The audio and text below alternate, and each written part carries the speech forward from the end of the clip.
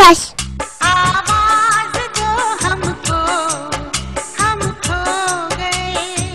मुझे आवाज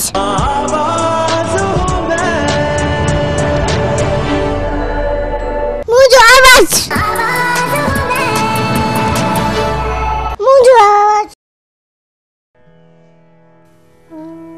डेरा बीबर्ग जे अवाइली कब्रिस्तान में हिन क़ब्र मथां केतिरियूं मौसूमूं अची ऐं गुज़री वयूं आहिनि, पर 26 अगस्त वारे ॾींहुं अचण सां ई हिन क़ब्र ऐं हुन में आरामी शख़्स जी उहा कहाणी वरजाई वञे थी जेका हिन पीर सनी में पंहिंजे देश सां वचन निभाइण वारी राह में रक़म कई आहे।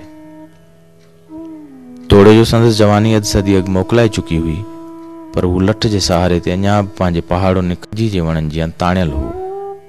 उमिरि जे आख़िरी हिसे में तारताणी जे पहाड़ियुनि में पंहिंजी ॼमार जे इन रीत अंत वारे फ़ैसिले बाद हू पंहिंजे माण्हुनि लाइ क़बाइली नवाब खां वधी शहीद आज़म बणिजी वियो। नवाब अकबर बुगटी 26 अगस्त जी शाम जो तारताणी जे पहाड़नि में साथियुनि सूधो क़त्ल कयो वियो, जिते हू पंहिंजो अबाणो शहर डेरा बुगटी छॾे अची तरसियो हुयो। बलूचिस्तान जे ज़िले कोहलू जे पहाड़नि में कंहिं साथियुनि समेत शहीद थींदे 3 साल गुज़री चुका आहिनि, पर हुन जी सरज़मीन में दुखियल बाह ऐं संदसि धरती जे माण्हुनि जी मुसीबतुनि में अञा ताईं का घटिताई न थी आहे ऐं बलूचिस्तान हिकु दफ़ो ॿीहर सरापा एहतजाज बणियल आहे।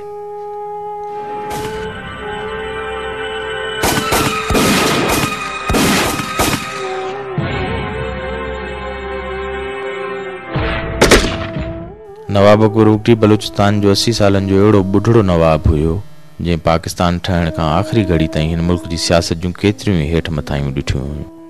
हुन 1927 में बारखान ज़िले जे हाजी ॻोठ में पंहिंजे नानाणनि जे घर जनमु वरितो हुयो। संदसि वालिद मेहराब खान बुगटी कबीले जो सरदार हुयो। उन वक़्तु डेरा बुगटी में तालीम खां मुतमिन न हुजण सबबि नवाब मेहराब खान पंहिंजे पुटनि अकबर खान ऐं अहमद नवाज़ लाइ प्राइवेट ट्यूटर जो इंतज़ाम कयो। बाद में नवाब बुगटी तालीम हासिल करण लाइ सिंध आयो, जिते हू अलामा आए काज़ी ऐं एल्सा काज़ी जी सोबत में रहियो, जंहिं हिन खे तमामु घणो मुतासिर कयो।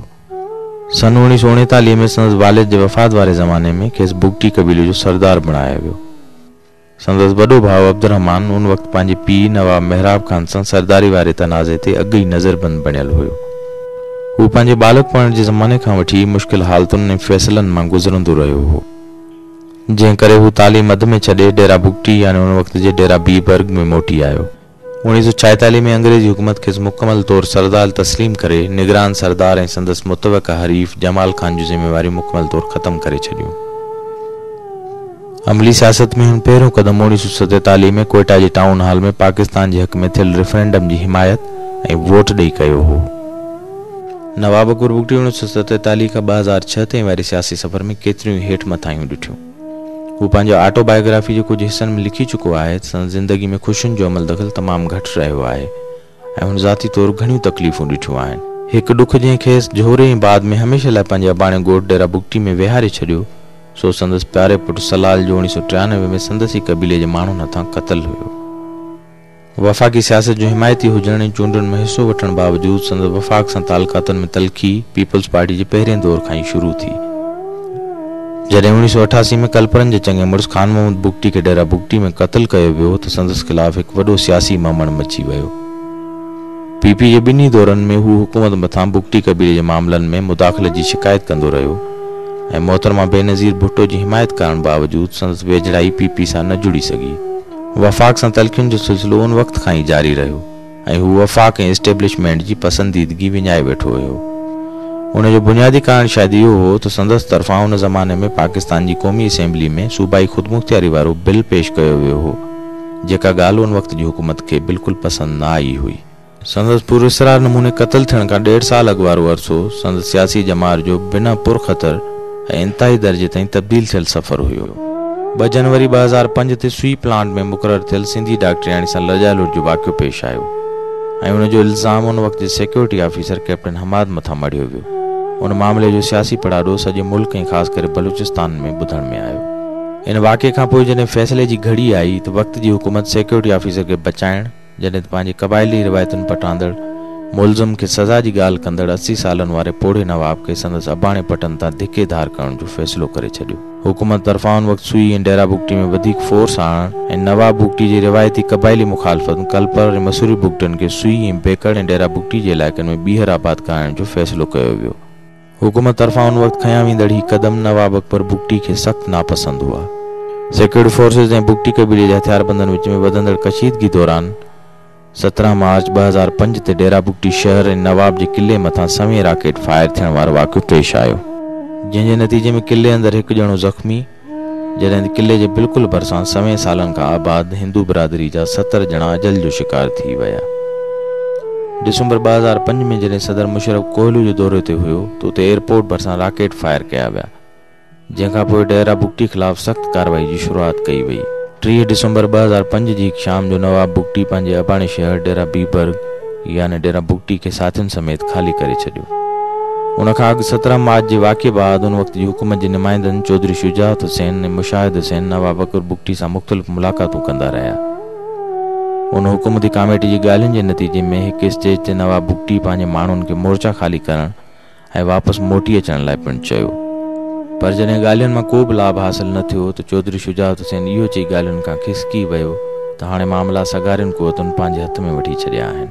जोरावर हैं, मुझे मार सकते हैं, हमें काफ़ी तबाही मचा सकते हैं, मगर हम भी अपने दिफा में 2-4 कतरे खून उनका भी बहा सकते हैं।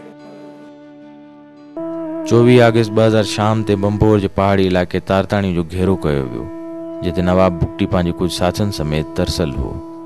26 अगस्त जी हिकु शाम जॾहिं तारताणी नदी मॉनसून जे आख़िरी बरसातुनि सबबु वरी वही थे आई ऐं बलूचिस्तान जा अक्सर पहाड़ पंहिंजे सीने मां आबशारनि खे जनम ॾेई रहिया हुआ, उन ई शाम नवाब बुगटी पंहिंजे जानिसारनि समेत पहाड़ुनि में शहीद कयो वियो।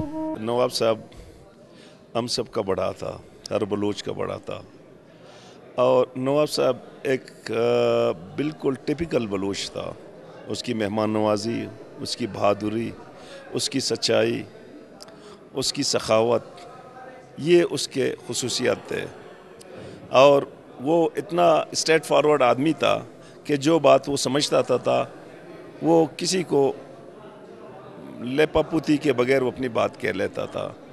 और नवाब साहब की शहादत ने यकीनन हर बलोच को, हर बलूचिस्तानियों को, हर मज़लूम को इंस्पायर किया, क्योंकि इस बुढ़ापे में वो उठ के अपनी शनाख्त, अपनी वजूद, अपनी वसाइल और अपनी कौम की मुस्तकबिल के लिए उसने ये परवाह नहीं की कि उसके ख़ानदान पे क्या गुज़रेगा, उसके इलाके पे क्या गुज़रेगा, उस पे क्या गुज़रेगा।